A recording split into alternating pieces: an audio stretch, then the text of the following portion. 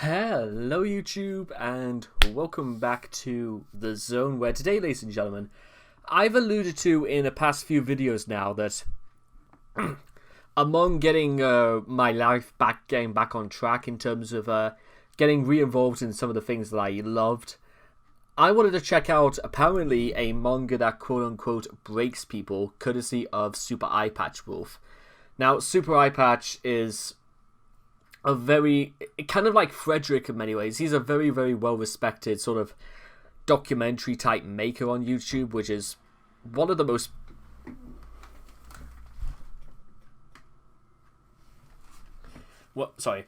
it's one of the most popular people to sort of like search on the internet, and I can't wait. I cannot wait to find out what exactly this is gonna do to my psyche or my state of mind. Does it break me or whatever the hell it does? So, with all that being said and done, because I'm learning to keep these intros a little bit simpler now, just keeping it basic. So if you guys want to check out the original video for yourself, it is by Super Eyepatch Wolf, and links will all be in the description down below. So let's begin. The manga that breaks people. In 3, 2, 1, and... Seiichi Osabe is 13 years old and spending a sunny afternoon hiking in the mountains with his extended family, his grandparents, his aunt and uncle, his cousin Shigeru, and his mother, Seiko. As the family make their way up the cliff, Osabe's cousin pretends to shove him from the trail, only for Seiko to grab him, panicked as she clings to her son, the rest of the family laughing at her overprotective nature. After a little while, Osabe and Shigeru break off from the group and begin to explore a nearby forest and discover a small clearing leading out onto a vast ravine. But as they do, Osabe's mother emerges from the forest behind them, warning the boys to step back from the cliff. But Shigeru ignores her, only to lose his balance teetering over the edge of the threshold. But just before he can fall, he's saved by Osabe's mother, clutching her nephew close to her chest. And for a moment, a strange quiet falls over the clearing. As Shigeru pulls away and stares into Osabe's mother's eyes, a look of terror spreads across his face, and he utters a single frightened word. Auntie?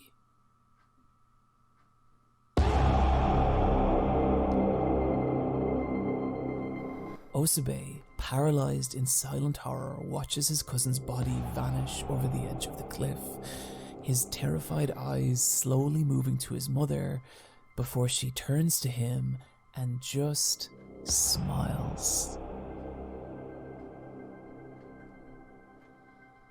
This is Chi no Adachi, or Trail of Blood, a story by Shuzo Oshimi and published in Big Comic Superior, and it's horrifying. This is the kind of story that creeps inside of you and whispers that the world is a more frightening place than we'd ever like to admit, as Osabe is forced to live with the knowledge of what his mother has done and in fear of what she might do next. In a story that conveys the simple human horror that can lie in the people around us. But maybe you don't like horror.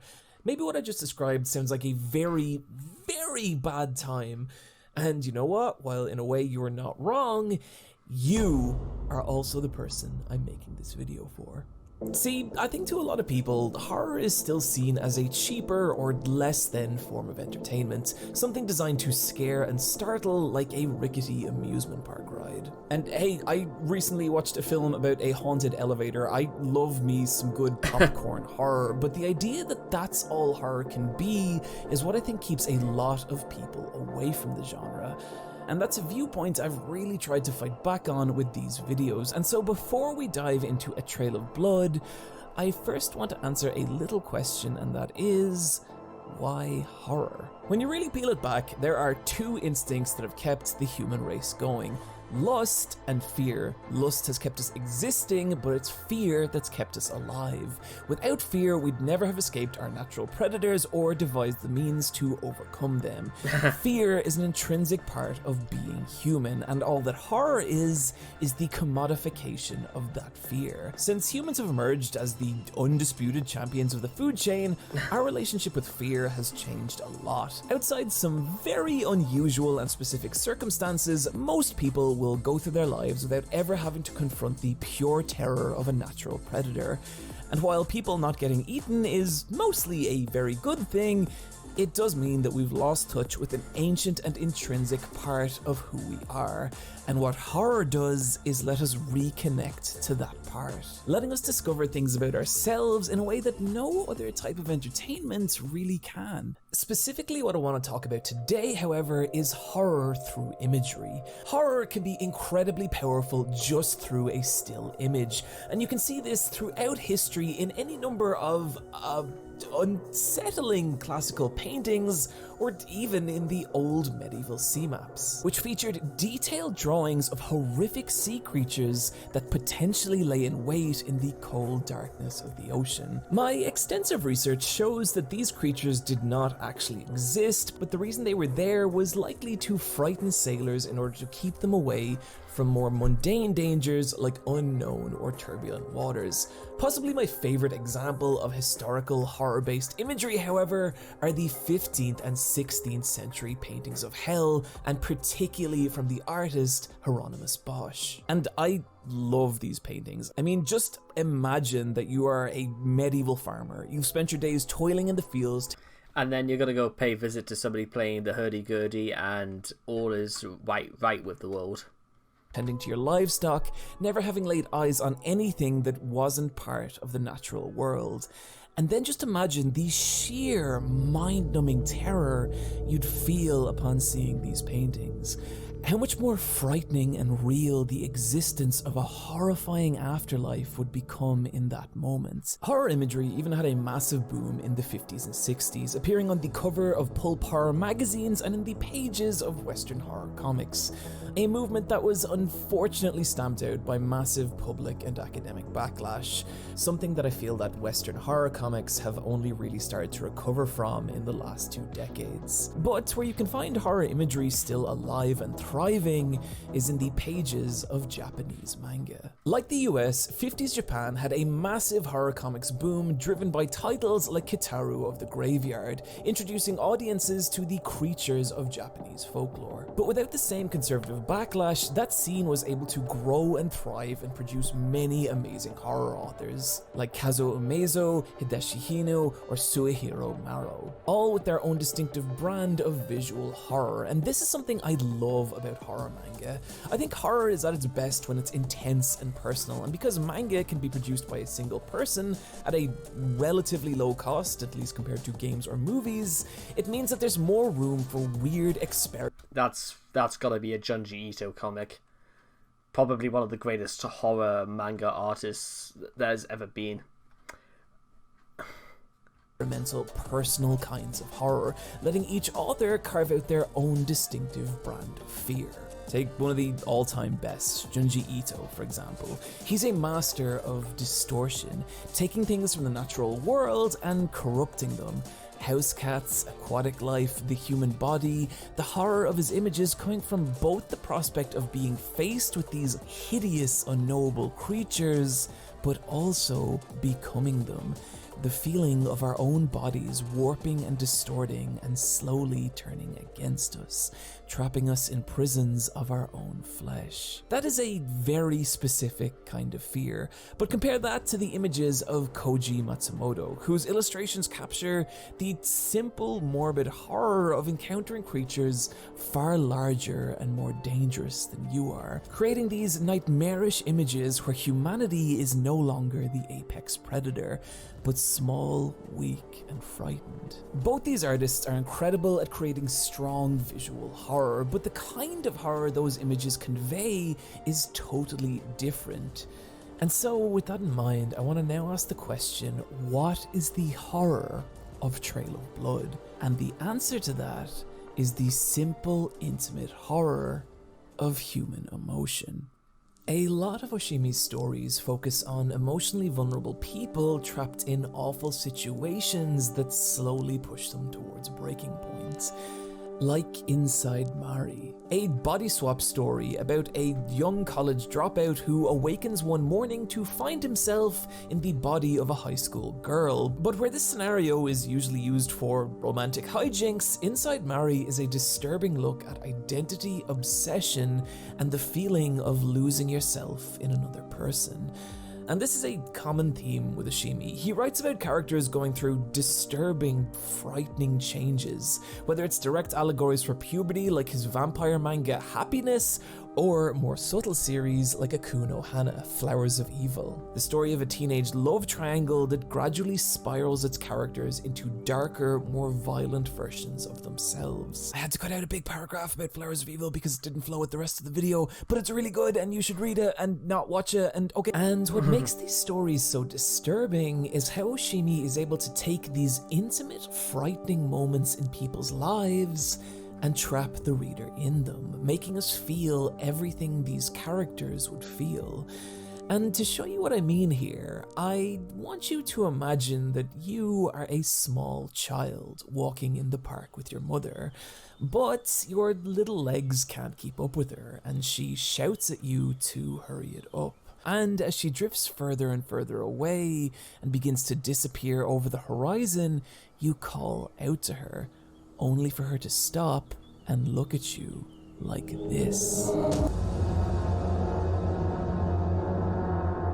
Fear is gonna hit everyone differently, but when I read this panel... No, I could probably feel the shit hitting the floor because, good lord.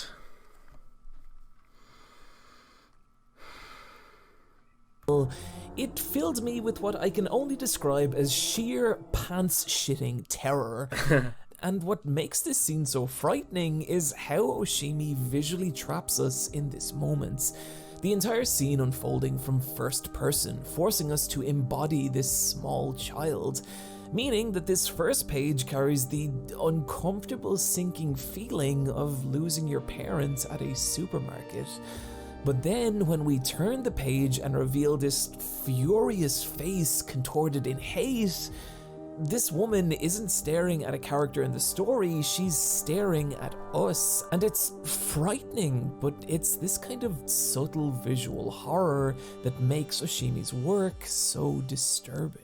There's this unsettling duality to a lot of Oshimi's illustrations. He's an incredible painter, able to create works of real breathtaking beauty. But it's like there's always this other side to his paintings. Always some little visual aspect that feels strange and wrong. A young girl gazing down at the viewer, her cheek speckled with dried blood. A woman staring at you, whispering something to a child against a flesh-colored background. A young face covered in shadow melting into the distorted darkness that surrounds it. And a lot of it's so subtle, I could see people not finding these images frightening, but to me, what's creepy is a lot of them feel normal until you just stare at them for a while. And slowly, something unseemly begins to creep to the surface. It's these images that are the building blocks to Oshimi's stories. Whether he's drawing a small town at sunset, the exterior of a family home, or just a figure standing in a doorway, he knows how to create panels that quietly whisper to you that something here is very wrong. But it's more than just these images being spooky by themselves, as it's through these panels the trail of blood builds its tension. Most scares in horror come in two parts: the gradual build of tension, say like a character wandering through a spooky house, and the release of that tension with an actual fright, the reveal of something supernatural or a serial killer or whatever. These cycles of tension and fright are the basic building blocks of horror, and how a piece of media handles them is going to define a lot about the kind of fear it creates. And this is where Trail of Blood's distinct emotional brand of fear really shines. When Trail of Blood first released, it was advertised as a new series full of chilling silence. And what they meant by this is that so much of Trail of Blood is taken up by quiet, empty space. pages passing without anything really happening. But because Oshimi's panels are so good at conveying this uncomfortable, uncanny feeling, when he combines them into pages, it creates this creeping atmosphere of dread, focusing on the tiny details of a scene, but in doing so, grinding the pace of the story to a crawl and forcing us to experience every little sensation and emotion, each tiny jolt of panic and every little twinge of fear, which is why some of the most disturbing moments of Trail of Blood can be as subtle as a hand clasping over a shoulder, a startled, terrified glance, or an eye peering through an open doorway. It's not uncommon for multiple pages to pass without a word of dialogue or anything significant even happening, and it can be agonizing, but it's that tension that traps you in these scenarios, forcing you to feel everything that these characters feel. But what's so uniquely frightening about Trail of Blood is how it pays off that tension with the frights themselves. Frights that often consist of nothing more than the subtle, intimate horror of the human face. Like a lot of things with Trail of Blood, that might not sound terrifying straight away, but think of it like this. A person's face is the most expressive part of them. Studies have identified 7 core facial expressions that occur naturally from birth across all races and cultures, meaning we are biologically hardwired to express ourselves through our faces. The minute folds of our skin and subtle movements of our muscles indicating not only how we feel, but who we are, and whether we should be treated with trust, caution, or fear. That's why it's so important for artists to have a solid understanding of the language of the human face and how to use it, as in the right hands it can become a really powerful storytelling tool, conveying fictional creations as people who feel and think, letting us empathize with them on a primal emotional level. This is something that Oshimi is really incredible at. He's insanely skilled at drawing the human face and able to capture all these subtle flashes of emotion that can feel so genuine and chilling. He's able to give characters the glow of someone who's just fallen in love for the first time, but also the paralyzing terror of someone who's just witnessed something unspeakable. Even just little obscured glimpses of his character's facial features are so adept at communicating their state of mind that it's difficult not to empathize with them, not to feel their fear, their sorrow, and their rage. And where this becomes a tool for horror is when it's used as a window into who these people are, revealing things that are awful and frightening. For example, after witnessing what happened on the cliff, Osabe is racked not only with horror at what his mother has done, but guilt, having lied to protect her.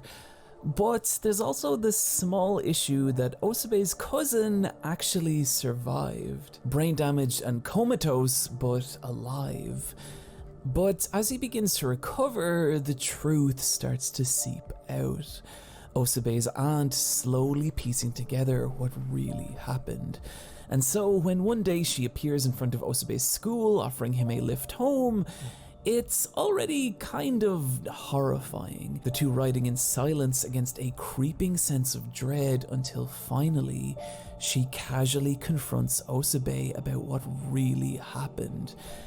And when Osabe lies again, she looks at him like this.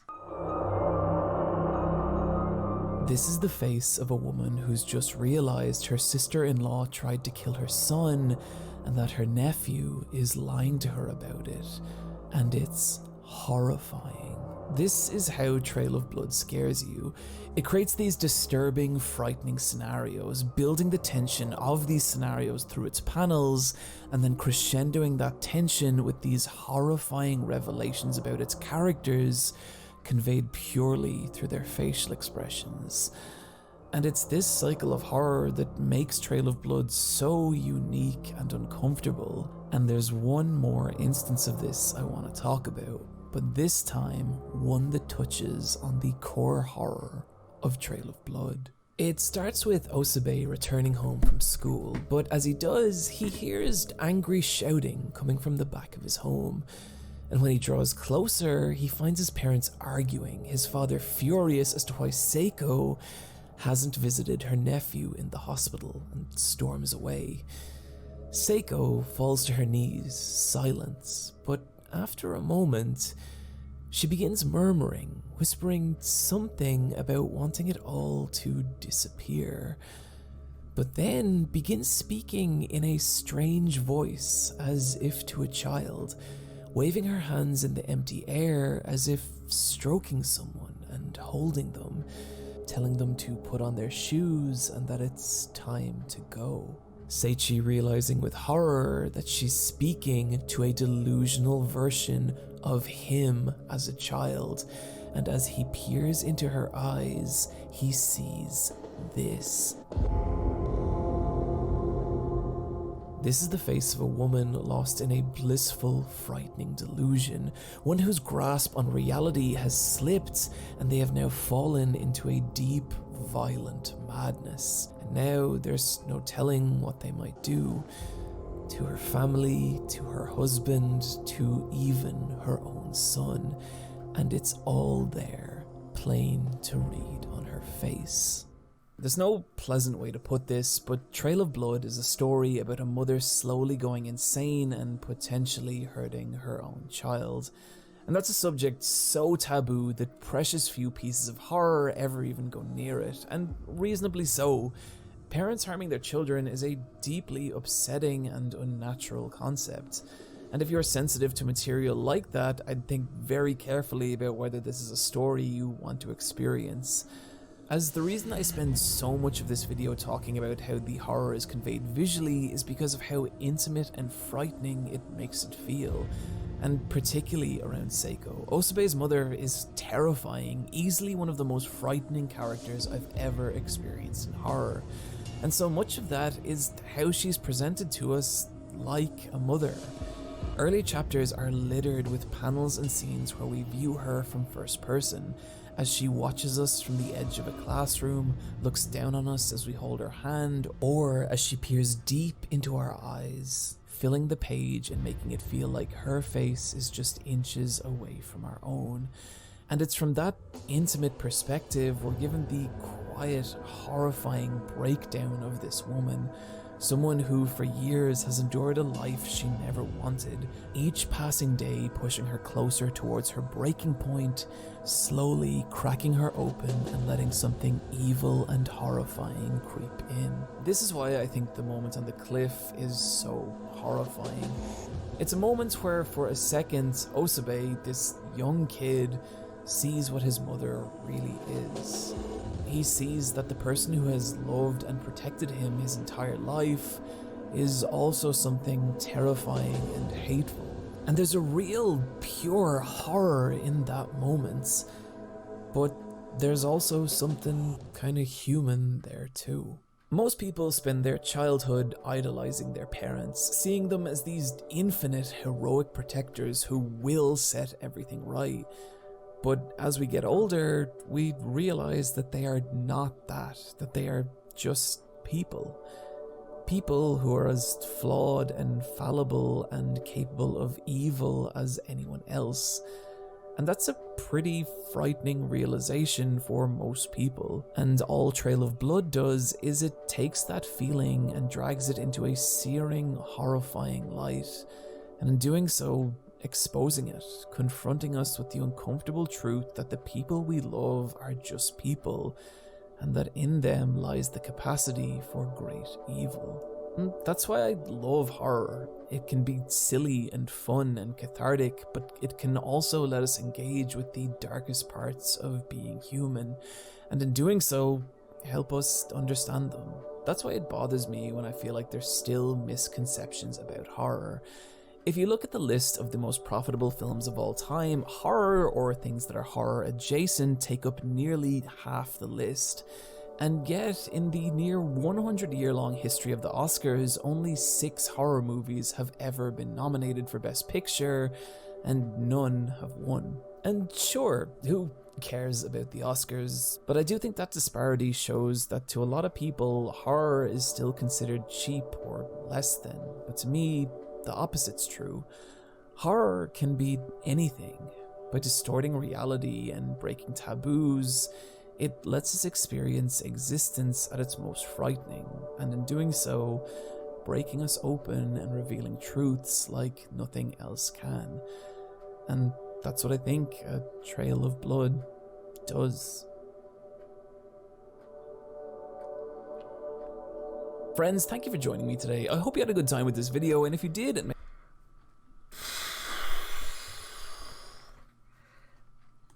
Hell no. Wow. Well. Now, guys, I spent a good year of my life studying specifically, well, I call them horror because essentially they are horror, but I studied quite a number of macabre type based fiction during my final year of sixth form, as some of you guys may already know. I've studied novels like Mary Shelley's Frankenstein, the works inside Angela Carter's anthology book The Bloody Chamber, and Christopher Marlowe's 16th century masterpiece Dr. Faustus. And what struck me really fascinating by studying all of those is one basic thing. They were so frightening at their time. Maybe The Bloody Chamber not so much, because it was released in the late 70s, the late 1970s I should say. But Mary Shelley, the Frankenstein or the Modern Prometheus was so frightening that it was banned. I think it was like banned in most of Central Europe, especially in Germany, which is where Mary Shelley was born. Even, I don't know if it was like Percy Byron Shelley who wrote the famous play the famous poem Ozymandias. I don't know whether or not he praised or condemned the book either, because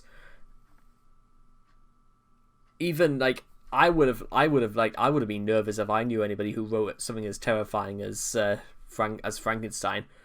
But the important thing I need to note, and I'll talk about a little bit about Frankenstein a little bit more, is that Frankenstein was released during the 19th century, in a time when the conflicts between religion and science was almost at its very peak, with some people still clinging onto religion very, very desperately, because there was very little in terms of, like, you know, some sort of like society in the way we would sort of like begin to interpret, like, well, technically there were still executions like hangings or whatnot, but within about 100 or so years time that would have completely have died out. In fact, the idea of a death penalty at all in Britain pretty much was starting to die out when it got to the point of banging death by hanging. But the important thing I need to also point out is that Frankenstein, it was the fear that people were actually losing control over over people thinking religion was now completely in turmoil, and now the world of science was beginning to take over and become the new religion. And the fact that, and they were so worried it was going to adopt cultivate. Well, it's technically cultivation theory is not the exact word here, because cultivation theories was used to describe television's influence. But the idea is that, again, you have to remember how influential the world of the literature, the written world really was, and how predominant it was throughout history. Dr. Faustus was almost at the exact same extent to being banned along with Frankenstein. There was a lot of things that William Shakespeare himself, he had to change a lot in his plays so that he would avoid being, you know, arrested and executed for, you know, promoting homosexuality. That's why we get stuff like green world theory. It's, again, if you know anything at all about a lot of William Shakespeare's other works, the likes of Twelfth Night and Henry V and stuff like that, or King Lear, technically The Tempest. I'm thinking more specifically about comedies and, well, yeah, technically more or less about that, like Othello. Well, no, not Othello. Othello was a tragedy. I was almost going to say Romeo and Juliet, but no, that was also tragedy. Tempest, Twelfth Night, And there were plenty of other examples as well. Stuff like the rover that was largely in reference to the things that its writer also. I can't quite remember who wrote the screenplay, The Rover, but it was in response to a lot of King Charles II's dismissal of this woman for her work. Now, what I need to also point out is that in relation to Trail of Blood, it's picked upon something very, very sensible, but something that's absolutely damnably shocking, but also so powerful that I reckon we're going to see a lot more stuff like that, because Trail of Blood technically looks like the sort of drama that you might see on, let's say, ITV. I can think of possibly a few examples of where that sort of thing would easily be made into a drama. However, where an ITV drama based on something like Trail of Blood would fall is, again, how expressive you can make something. Now, with that being said, there are plenty of actors out there in this world that can pull off some absolutely, the face says it all kind of faces. But what's really, really telling about the way they've shot Trail of Blood, and I think, again, if you were going to adopt this into TV or something like that, I reckon it would be a story that would be so reliant on facial expressions. I reckon there would be at most maybe 50 lines of dialogue in as most as 2.5 hours of programming. I reckon you would have to cut down it's going to be the literal manifestation of the phrase show don't tell. Show everything, tell absolutely nothing, because your audience could work it out for yourself. And you know what?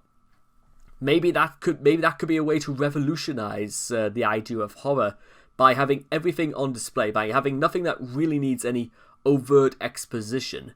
And I'm not saying you can't do it. Well, you would have to include dialogue in there somehow about this poor woman losing her touch on reality and believing she can literally just mollycoddle a child, the only thing that's made a life worth living anymore. You could do all that sort of stuff, but